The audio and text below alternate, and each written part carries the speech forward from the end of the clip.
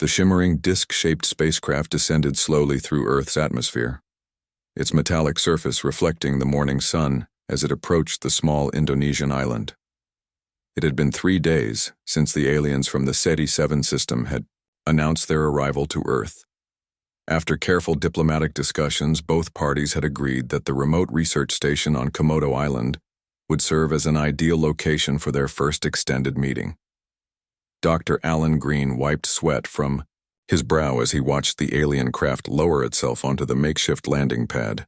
As the lead xenobiologist for the United Nations First Contact Division, he had been preparing for this moment his entire career. Beside him stood Captain Diane Miller, her military posture rigid, despite the humid heat that clung to them like a second skin. "Nervous?" Diane asked, her eyes never leaving the spacecraft. Alan nodded. "Wouldn't you be? We're about to meet beings from another star system who've mastered interstellar travel. Just remember the protocols," she said, "and let me handle any security concerns." The spacecraft settled on the ground with a soft hiss. After a moment of stillness, a door slid open on its side, extending into a ramp. 3 figures emerged, walking with a peculiar gait that resembled a cross between a strut and a hop. The Cetians stood about 5 feet tall, with slender bodies covered in a fine, iridescent down that shifted between blue and green depending on how the light hit it. Their faces featured large, almond-shaped eyes that blinked vertically, and instead of a nose, they had small breathing slits that fluttered when they exhaled. Most striking were the vestigial wing-like appendages that extended from their shoulders, evolutionary remnants of their species flying past. The tallest of the 3 stepped forward. "I am Zortek, chief scientist of the Cetian Exploration Fleet," he said, his voice coming through a translator device on his chest. "We bring greetings from the 7 worlds of SETI." Alan stepped forward, remembering his diplomatic training. "Welcome to Earth. I'm Dr. Alan Green, xenobiologist, and this is Captain Diane Miller of the United Nations Security Force." Zortek's head tilted in what appeared to be their version of a nod. "We have studied your biological classifications extensively during our approach. Your planet has fascinating diversity." The second alien stepped forward, introducing herself as Mira Lan, the cultural specialist. The third, a stockier individual named Krelvox, was their security officer who kept looking around with obvious suspicion. As they walked toward the research station buildings, Alan pointed out various features of the island's ecosystem. This national park was established to protect the native species here, particularly the Komodo dragon, the world's largest lizard. Zortek's translator made a strange sound, which Alan realized was laughter. "Yes, we found your reptiles particularly amusing in our studies. Such primitive creatures." Alan frowned slightly. "Primitive? In what way?" "Cold-blooded, slow-moving, with limited intelligence," Zortek said dismissively. "On our world, such creatures died out millions of years ago, replaced by more advanced forms of life. We evolved from sky predators who required quick thinking and advanced coordination." Captain Miller raised an eyebrow but said nothing. "Our reptiles have survived for hundreds of millions of years," Alan said carefully. "They're incredibly well adapted to their environments." "Survival is not the same as advancement," Zortek replied. "But we are not here to debate evolutionary hierarchies. We wish to observe your world's life forms firsthand." They reached the main research building where Sam Powell, the station's herpetologist, waited to greet them. Sam's eyes widened at the sight of the aliens, but he quickly recovered his professional composure. "Welcome to Komodo National Park," he said with a broad smile. "I understand you'll be staying with us for the next week while our governments continue their talks." "Yes," Miralan replied. "We are most interested in your biodiversity studies." Sam led them inside, where maps of the island and photos of various animals covered the walls. He pointed to a large image of a Komodo dragon, its scaly skin and powerful limbs displayed in stunning detail. "This is our star resident," Sam explained. "Varanus komodoensis. They can grow up to 10 feet long and weigh over 300 pounds. Zortek studied the image with his vertical slitted eyes. "Fascinating remnant of a bygone era. We have thoroughly analyzed your biological database. Reptiles are clearly among your planet's more static evolutionary branches. Sam exchanged glances with Alan. They may surprise you. Komodo dragons can run up to 12 miles per hour in short bursts when hunting or threatened. The security officer, Krelvox, seemed to take more interest at this. Are they dangerous to your kind? They have killed humans before, Captain Miller interjected. Their bite contains numerous bacteria that cause sepsis in victims who escape the initial attack. A primitive hunting method, Zortek said dismissively. Using bacterial infection rather than speed or intelligence. Alan noticed Sam's jaw tightening. Actually, it's quite sophisticated. They've evolved a specialized venom gland that prevents blood clotting. Between that and the bacteria, it's a very effective strategy. Perhaps for creatures at their level of development, Zortek replied, but hardly impressive compared to the neural toxins our ancient predators developed. As they continued the tour, Alan realized the aliens had a deeply hierarchical view of evolution, with their own species at the pinnacle. Their dismissal of Earth's reptiles seemed to stem from a belief that endothermic, fast-moving species were inherently superior. Later that evening, as they prepared for the next day's field expedition, Alan expressed his concerns to Sam and Captain Miller. They're underestimating how dangerous the dragons can be, he said. They see them as sluggish, primitive creatures, Sam nodded, and they don't seem to understand territorial behavior. If we go into dragon territory tomorrow, we need to be extremely cautious. I've insisted on bringing tranquilizer guns, Captain Miller said, and I'll have my sidearm as well. The aliens may think these are just oversized lizards, but I've read enough about Komodo attacks to know better. Alan looked out the window at the alien spacecraft glowing softly in the darkness. There's something else that worries me. I've been observing their physiology. Their skin seems particularly thin and porous. If a Komodo dragon's bacteria were to enter their system, it could be much worse than for a human, Sam finished. Their immune systems wouldn't have any defense against Earth bacteria. I'll talk to Zortek in the morning, Alan decided. Try to make him understand that age doesn't equal primitiveness when it comes to evolution. Captain Miller checked her weapon one last time before putting it away. Let's hope they listen. Because tomorrow, we're taking 3 aliens who think they're at the top of the evolutionary ladder into the territory of an apex predator that's been perfecting its hunting skills since the dinosaur age. Outside, in the darkness beyond the research station's lights, a large male Komodo dragon that the Rangers had nicknamed Old Thunder moved silently through the underbrush, his forked tongue flicking out to taste the strange new scents that had arrived on his island. The morning sun beat down on the small group as they made their way along the narrow trail.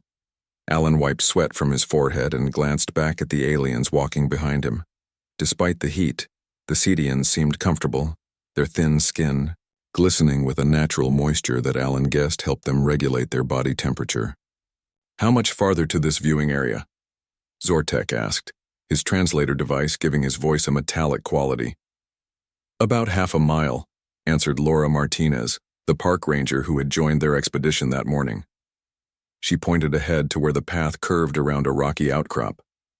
There's a watering hole just beyond those rocks where the dragons often gather in the morning. Sam Powell adjusted his backpack and slowed his pace to walk beside Zortek. Remember what we discussed this morning about keeping a safe distance?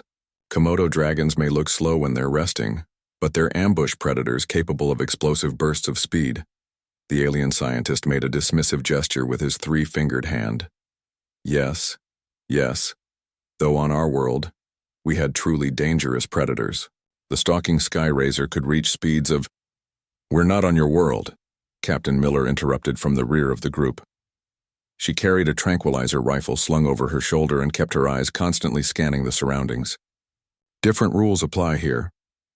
Krelvox, the alien security officer, seemed to be the only one of his kind taking the warnings seriously.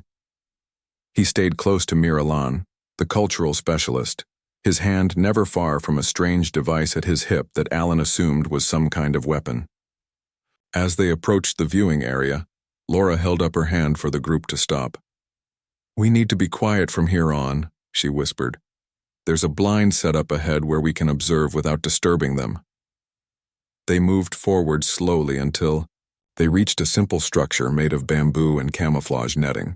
Through gaps in the blind, they could see a small clearing that sloped down to a muddy watering hole.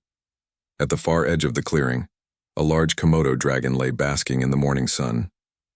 "That's Old Thunder," Laura whispered. "He's one of the largest males in this area, about 9 feet long and probably weighs close to 300 pounds. Zortek pulled out a small device and pointed it toward the reptile. "Fascinating. Its metabolic rate is remarkably low compared to its mass." "They're ectothermic," Sam explained quietly. "They rely on external heat sources to warm their bodies. That's why he's sunning himself right now." The lizard appeared to be sleeping, its muscular body stretched out on a flat rock, its scaly skin a mottled pattern of gray and brown that blended with the surroundings. Only the slow, rhythmic movement of its sides showed that it was alive. "It looks so inactive," Miralan commented, peering through a viewing slot. "Is this how they spend most of their time?" "When they're not hunting, yes," Alan replied. "They conserve energy. It's an efficient survival strategy that's worked for millions of years." Zortek made a sound that his translator didn't catch, but Alan interpreted as something like a snort of derision. "Energy conservation through inactivity is hardly what I would call an advanced evolutionary trait." For the next hour, they watched, as Old Thunder barely moved except to occasionally shift his position slightly to follow the sun. 2 smaller dragons appeared briefly at the watering hole but soon moved off into the underbrush. Zortek grew visibly impatient. "I had hoped to observe some form of complex behavior," he said, no longer bothering to keep his voice down. "This is just a creature sleeping in the sun." "Sometimes research requires patience," Sam replied with a tight smile. "Why don't we move to the next observation point? There's another clearing where they sometimes hunt." As they prepared to leave, Zortek suddenly stepped away from the group and moved closer to the edge of the clearing, raising his scanning device. "What are you doing?" Laura hissed. "Get back here." "I simply want a more detailed reading," Zortek replied, continuing to move forward. "Your primitive monitoring equipment hardly provides adequate data." Alan felt his heart rate spike. "Zortek, please return to the group immediately. You're entering the dragon's territory." The alien scientist waved dismissively without turning around. "It's barely conscious and clearly too slow to present any danger. On my world, I've studied far more dangerous creatures." Captain Miller unshouldered her tranquilizer rifle. "Get back here now or I'll consider this a breach of our safety protocols." Old Thunder's head suddenly lifted from the rock, his forked tongue flicking out to taste the air. The movement was subtle but immediate, like a switch had been flipped. The dragon's dark eyes fixed on Zortek. "He's sensed you," Sam called urgently. "Back away slowly." Zortek finally seemed to register the concern in their voices. He took a step backward, but continued pointing his device at the dragon. "Its heart rate has increased by 40%. Interesting response to a non-prey stimulus." Old Thunder's body tensed, the muscles beneath his scaly skin visibly tightening. He rose to his feet with surprising grace for such a large creature. "Zortek, move back now," Alan shouted, all pretense of keeping quiet abandoned. The dragon lowered his head slightly, his powerful legs bent. Before anyone could react further, Old Thunder launched himself forward with explosive speed, charging directly at Zortek. The alien scientist froze, his scanner dropping from his hand as the enormous reptile closed the distance between them with shocking velocity. 12 miles per hour, Laura gasped as she fumbled for her radio. "He's at full charge." Captain Miller raised her rifle, but hesitated to fire with Zortek in her line of sight. "Move left," she shouted at the alien. Krelvox burst out of the blind, pulling his weapon and pushing past Alan. Miralan screamed something in their native language that the translators didn't catch. 300 pounds of prehistoric predator barreled across the clearing, covering the ground between itself and Zortek in seconds. The dragon's mouth opened, revealing rows of serrated teeth as Old Thunder closed in on what he perceived as a threat to his territory. Zortek finally broke from his shocked paralysis and tried to run, but tripped on the uneven ground. He fell backward just as Old Thunder reached him, the dragon's powerful head swinging down toward the fallen alien. Captain Miller fired her tranquilizer dart, hitting the dragon in the shoulder. At the same moment, Krelvox discharged his alien weapon, which emitted a high-pitched sonic pulse that made everyone clutch their ears in pain. Old Thunder veered sideways, momentarily confused by the sonic attack. The tranquilizer hadn't taken effect yet, but the sound had disrupted the dragon's charge. The massive reptile shook his head and hissed, a sound like steam escaping a pressure valve. Sam and Laura rushed forward, waving their arms and shouting to further distract the dragon, while Alan and Krelvox pulled Zortek to his feet. "Get him! Back to the trail!" Sam yelled as he grabbed a long stick and positioned himself between the group and the agitated dragon. Old Thunder took 2 steps backward, still shaking his head from the sonic blast, but his eyes remained fixed on the retreating figures. His claws had left deep gouges in the earth where he had pushed off in his initial charge. As they dragged Zortek away, Alan noticed a dark green streak across the alien's leg where the dragon's claws had grazed him. The skin was torn, revealing a strange bluish fluid that Alan assumed was the alien's blood. "I need to tend to that wound immediately," Alan said as they reached the safety of the trail.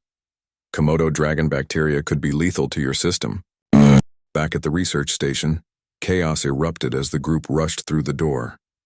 Alan and Sam quickly cleared a table in the medical room while Captain Miller and Laura kept watch outside, making sure Old Thunder hadn't followed them from the observation area.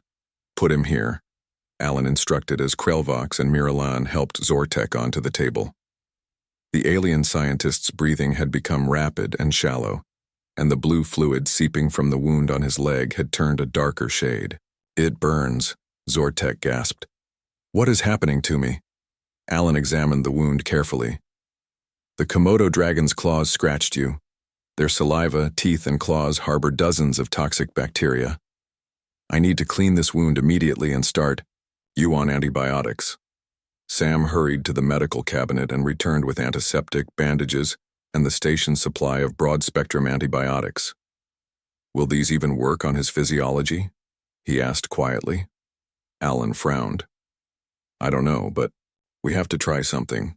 Their ship might have better medical supplies." Krelvox placed a hand on Alan's arm. "Our medical bay is more advanced than your facilities. We should take him back to our ship." "There's no time," Alan replied, already cleaning the wound. "The bacteria work fast. We need to treat this now, then we can move him." Miralan spoke rapidly into a small device on her wrist, presumably communicating with others on their ship. Moments later, she looked up. "Our medical officer is preparing a treatment chamber. He says to bring Zortek immediately. First, let me clean this wound and give him a first dose of antibiotics," Alan insisted. "These bacteria are unlike anything your species has encountered before." As Alan worked, Captain Miller entered the room, her expression grim. "The dragon's been tranquilized but won't sleep for long. We should move everyone to a more secure location." Zortek winced as Alan applied antiseptic to the wound. "I did not believe your warnings," he admitted, his voice strained. "On our world, only warm-blooded creatures can move with such speed." "Evolution takes different paths on different worlds," Sam said, helping Alan bandage the wound. "Our reptiles might not be warm-blooded, but they've developed amazing adaptations over millions of years. This burning sensation, is it normal?" Zortek asked, his skin taking on a paler hue. Alan and Sam exchanged worried glances. "For humans, yes.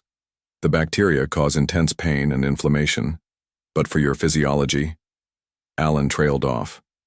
"We need to get him to our ship now," Krelvox insisted. "Our medical technology can filter his blood and repair cellular damage." They quickly fashioned a stretcher from a folding cot and carried Zortek outside. The alien spacecraft sat gleaming in the afternoon sun, its smooth surface reflecting the surrounding jungle. A panel slid open as they approached, revealing a ramp leading inside. 2 more Sadians rushed out to meet them, dressed in what appeared to be medical uniforms. They took over carrying the stretcher, speaking rapidly in their own language as they hurried Zortek into the ship. "I should go with him," Alan said. "I might be able to help your medical team understand what they're dealing with." Miralan nodded and gestured for him to follow. Inside, the ship was brightly lit with smooth, curved walls that seemed to glow from within. They passed through several chambers before reaching a medical bay that contained technology unlike anything Alan had ever seen. The alien medical officer, introduced as Vendor, scanned Zortek's body with a handheld device. His system is reacting violently to the foreign bacteria, Vendor said through his translator. Our immunity has no defense against such microorganisms. Can you create an antibiotic that will work for him? Alan asked. We are analyzing the bacteria now, Vendor replied, pointing to a screen showing microscopic images of swarming organisms. But his condition is deteriorating rapidly. Outside the medical bay, Sam and Captain Miller waited with Krelvox, who paced nervously. This is bad, Sam whispered. If their immune systems can't handle Earth bacteria, they're in danger just being on our planet. It could jeopardize the entire First Contact mission, Captain Miller agreed. Their superiors might decide Earth is too dangerous to establish relations with. Inside the medical bay, Zortek's condition continued to worsen. His breathing became labored, and the area around his wound had swollen dramatically, turning a dark purple color that spread up his leg. The bacteria are multiplying faster than we can neutralize them, Vendor said, his voice urgent. His organ systems are beginning to fail, Alan thought quickly.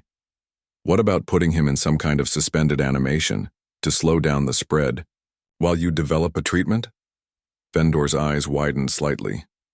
Yes, our stasis chamber might work. It would slow his metabolic processes and give us time. They moved Zortek to another room where a pod-like structure sat in the center. As they prepared to place him inside, Zortek grabbed Alan's arm. If I do not survive, he said weakly, tell your people, we were wrong about your world. Your reptiles are not primitive at all. You're going to survive, Alan assured him, and then you can tell them yourself. As Zortek was placed in the stasis chamber, a tall, imposing Cetian entered the room. Unlike the others, this one wore ornate coverings and carried himself with unmistakable authority. I am High Commander Dexlar, he announced. I demand to know how this happened. Alan straightened his posture, feeling suddenly like he was representing all of humanity before this alien leader. There was an incident during our observation expedition. Zortek approached too close to a Komodo dragon despite our warnings. Your warnings. Dexlar's translator conveyed his tone as cold and accusatory. You bring us to an island with deadly creatures and expect simple warnings to suffice? With all due respect, Alan replied firmly. Zortek was repeatedly told about the dangers. He chose to ignore our guidance because he believed Earth's reptiles were primitive and posed no threat. The High Commander stared at him for a long moment. These bacteria, he finally said, they inhabit many of your world's creatures? Different bacteria exist everywhere on Earth, Alan explained. Most are harmless or even beneficial, but some, like those in the Komodo dragon's mouth, can be deadly. Dexlar turned to Vendor. What are his chances? If the stasis chamber slows the infection enough for us to develop a treatment, he may recover, Vendor replied. But this is unlike any pathogen we have encountered before. Dexlar's gaze returned to Alan. Until this situation is resolved, all further contact between our species will be suspended. No Cetian will leave this ship, and no human will be permitted to enter except for medical consultation. I understand your caution, Alan said, but please don't judge our entire planet based on this one incident. We can learn from this. Perhaps, Dexlar replied coldly, or perhaps we will determine that Earth is too dangerous for Cetian physiology and implement quarantine protocols. Our preliminary report to the Seven Worlds will recommend extreme caution regarding your planet. As Alan was escorted back to the ship's exit, he realized that the entire First Contact mission now hung in the balance because of a single Komodo dragon charge.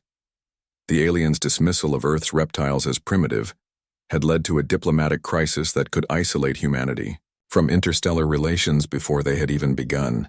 3 days passed with little communication from the Cetian ship. The research station had become eerily quiet, with most of the normal scientific activities suspended. Alan spent hours in the laboratory, studying the bacteria found in Komodo, dragon saliva, and trying to develop an antibiotic that might work on alien physiology. Sam sat across from him, peering into a microscope. "Any progress?" he asked, looking up from his own work. Alan sighed and rubbed his tired eyes. "Some. I've been comparing our antibiotics with the information Vendor shared about Cedian biology. Their immune systems are completely different from ours. They have no natural defenses against Earth bacteria." Captain Miller entered the lab carrying a tray with coffee and sandwiches. "You two need to eat something," she said, placing the tray between them. "Starving yourselves won't help the aliens." "Any word from the ship?" Sam asked, gratefully accepting a sandwich. Miller shook her head. "Nothing official. But Laura says she saw someone moving around inside earlier today. At least they're still here." Alan took a sip of coffee. If they leave without resolving this situation, it could mean the end of human-Cedian relations before they even begin. "We need to change their minds about Earth," Sam said. "Show them that understanding our ecosystem is worth the risk." As if on cue, the radio on Miller's belt crackled to life. "Captain Miller," came a voice they recognized as Miralan's. "Please respond." Miller grabbed the radio. "This is Miller. Go ahead, Miralan. We request Dr. Green's presence at our ship. Immediately." Zortek's condition had changed. The three humans exchanged worried glances. "Changed how?" Miller asked. "Please come and see," was the only reply. 20 minutes later, Alan stood inside the Cedian medical bay, staring in surprise at Zortek. The alien scientist was sitting up in what appeared to be a recovery bed, looking weak, but very much alive. The purple discoloration had receded from his leg, though the wound was still visible. "Dr. Green," Zortek said, his translator device making his voice sound thinner than before. "Your bacteria nearly killed me." "I'm glad to see you recovering," Alan replied cautiously. "How did you manage it?" Vendor, the alien medical officer, approached with a tablet-like device displaying complex diagrams. "We discovered something unexpected," he explained. "After the initial crisis, Zortek's body began producing new immune cells specifically designed to combat the Earth bacteria." "That's remarkable," Alan said. "Adaptive immunity usually takes much longer to develop. Cedian physiology is highly adaptable," Vendor continued. "It appears we evolved this capability because our ancestors often encountered new pathogens as they migrated between different environments on our homeworld." "So his body learned to fight the bacteria?" Alan asked. "Not just fight it," Zortek interjected. "Incorporate it. My immune system has begun using modified versions of the bacteria's own proteins as defense mechanisms." High Commander Dex Lar entered the room, his posture less rigid than before. "Dr. Green," he acknowledged with a slight bow. "It seems we may have been premature in our assessment of your world's dangers." "Does this mean you're reconsidering the quarantine?" Alan asked. "Hopefully. Perhaps," Dexlar replied. "Zortek's recovery has prompted us to reevaluate, but we still require more information about your world's creatures before we can safely resume full contact." Alan saw an opportunity. "Commander, would you allow me to arrange a demonstration? A safe way to show you more about Earth's reptiles and why they deserve your respect, not fear." Dexlar considered this for a moment. "What kind of demonstration?" "A controlled environment where you can observe various reptile species' abilities without risk of direct contact," Alan explained. "It might help you understand why Zortek's initial assessment was incorrect."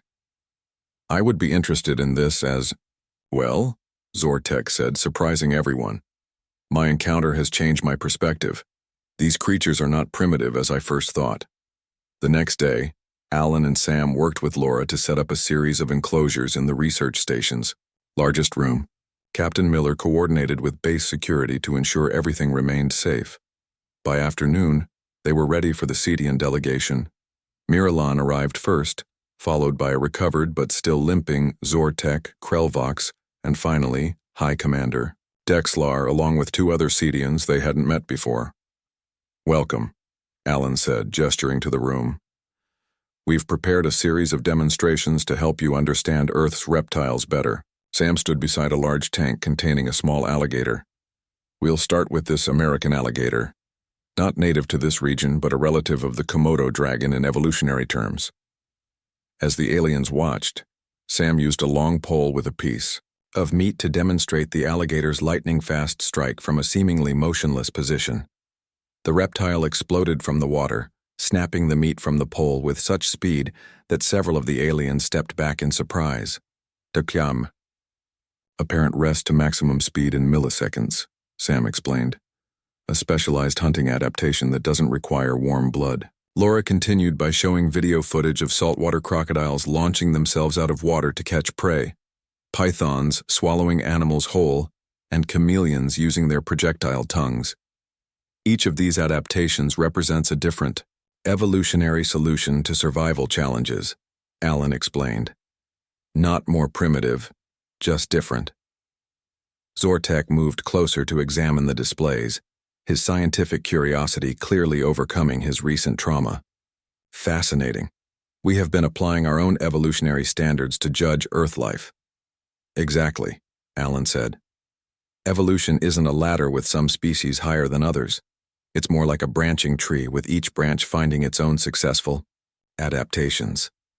High Commander Dexlar studied the footage of a chameleon changing colors. On our world, most life evolved from flying ancestors. We came to value speed, vision, and neural complexity. We dismissed cold-blooded life as inferior. A natural bias, Sam acknowledged. Humans have similar biases. We often judge other species by our own standards. As the demonstration continued, Alan noticed a change in the aliens' demeanor. They asked more questions, showed genuine interest, and seemed to be re-evaluating their assumptions. Later, as they watched footage of Old Thunder hunting in the wild, Zortek turned to Alan. When I approached that creature, I truly believed. It was slow and primitive. I did not recognize the danger because it didn't match my understanding of what dangerous looks like. That's often when we're most vulnerable, Alan replied, when our preconceptions blind us to reality. After the demonstrations concluded, High Commander Dexlar addressed the human team. We have decided to rescind the quarantine recommendation. Your world presents challenges to Cetian physiology, but also opportunities for learning. Does this mean the diplomatic mission will continue? Captain Miller asked. Yes, Dexlar confirmed, though with more precautions and a better understanding of your world's dangers. Zortek has requested to continue his studies here with proper safety measures. Zortek stepped forward, moving more easily now as his leg healed. My experience has taught me a valuable lesson.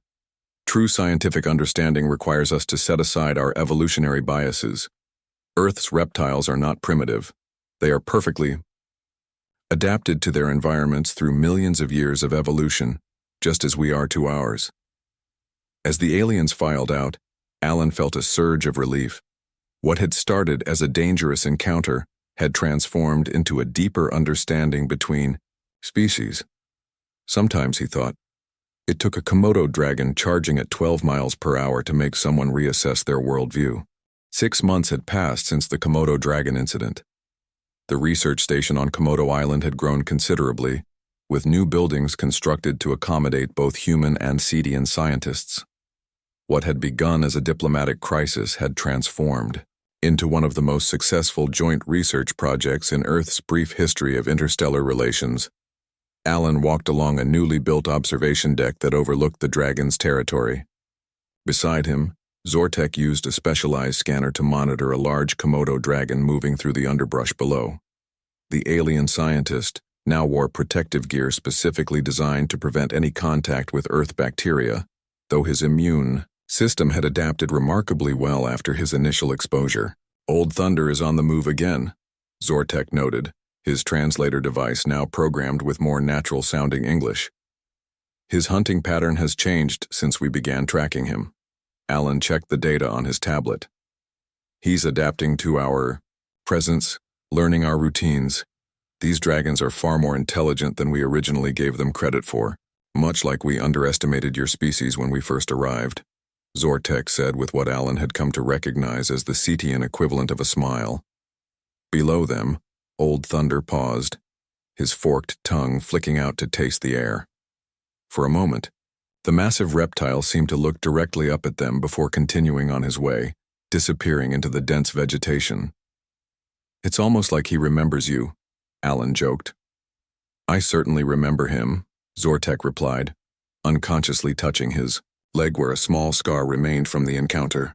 Our database now includes extensive warnings about Earth's reptiles for all future Cetian visitors. They made their way back to the main research complex, where Sam Powell was conducting a briefing for a new group of Cetian scientists who had arrived the previous day. The lecture hall fell silent as Alan and Zortek entered. Please continue, Alan said, motioning for Sam to proceed as they took seats at the back. Sam nodded and returned to his presentation. As I was saying, the bacteria in Komodo dragon saliva has proven to have unexpected properties when synthesized in controlled conditions.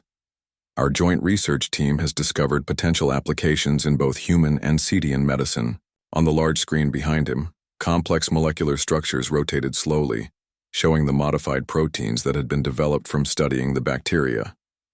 Laura Martinez stood nearby, ready to assist with the next part of the presentation. Dr. Martinez will now explain how we've adapted these compounds for potential medical use, Sam said, stepping aside. Laura took his place at the podium. Thank you, Dr. Powell.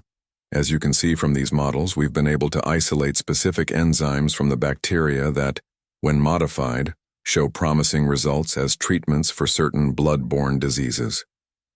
In the front row, High Commander Dexlar sat beside Captain Miller, both of them watching the presentation with interest.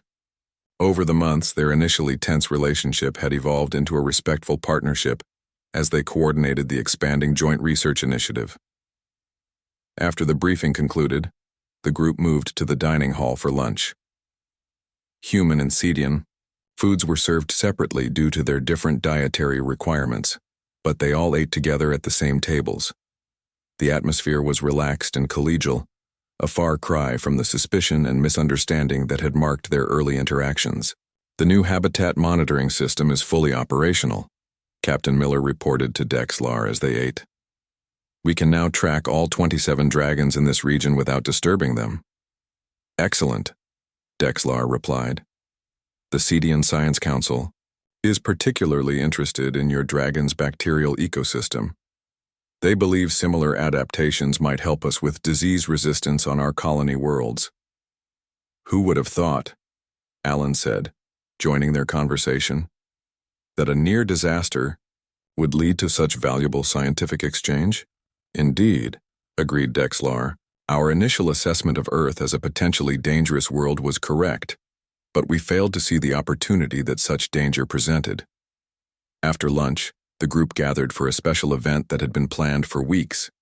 They assembled at a newly constructed viewing area, a secure facility with reinforced transparent walls that allowed close observation of the dragons in their natural habitat without risk of contact.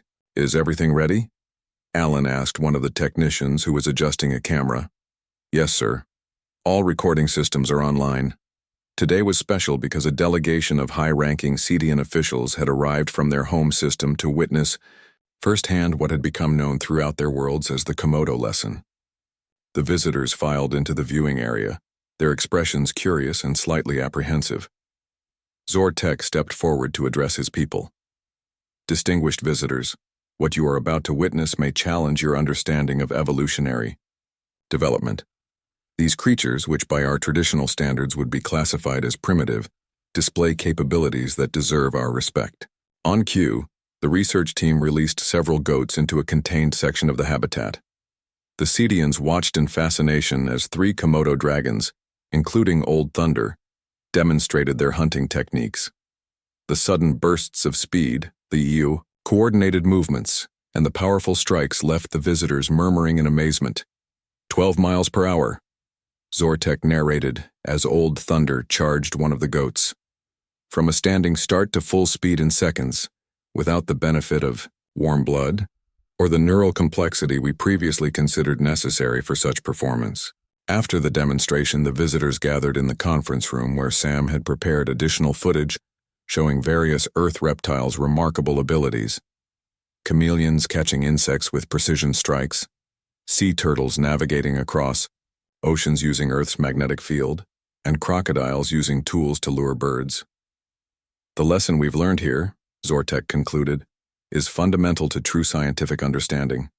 Evolution follows different paths on different worlds, and our own evolutionary history biased our assessment of life forms that developed along different lines.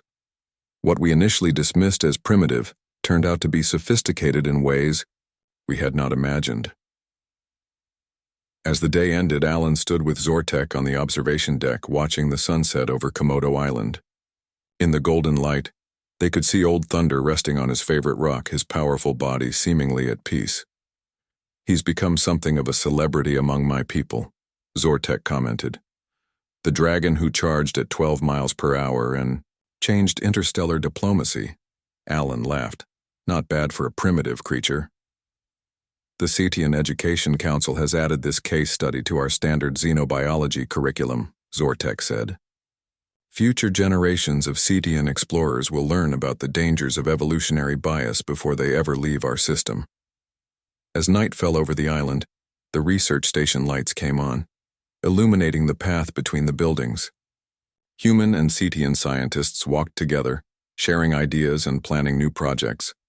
Above them, stars twinkled in the clear sky, countless worlds with their own evolutionary paths, waiting to be discovered and understood. And somewhere in the darkness, Old Thunder moved silently through his ancient realm, unaware that his explosive charge had not only changed the course of one alien scientist's thinking, but had helped forge an alliance between two worlds that might last for generations to come.